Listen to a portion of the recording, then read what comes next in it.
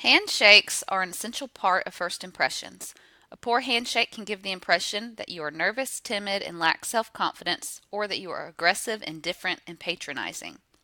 In contrast, a good handshake can convey self confidence, warmth, and an engaging personality, and be a recipe for success in the workplace and new social situations.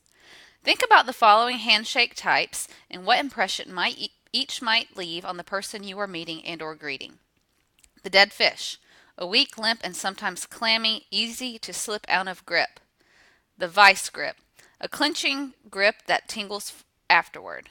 The claw, a claw-like grasp using one's fingers. The water pump, an exaggerated up and down movement as if pumping water. The germaphobe, a light, quick handshake that may convey a fear of germs. The great handshake, a firm handshake given with a smile and eye contact. The following guidelines will help you to develop a great handshake. Shake hands from a standing face-to-face position and lean forward slightly. If seated, rise above to shake hands. This allows respect for yourself and the other person. Look at the other person in the eyes and smile while extending your hand with the thumb up.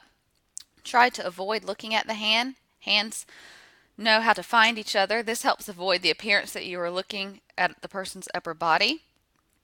The palm of each hand should mesh with the fingers to create firm but not bone-breaking grip.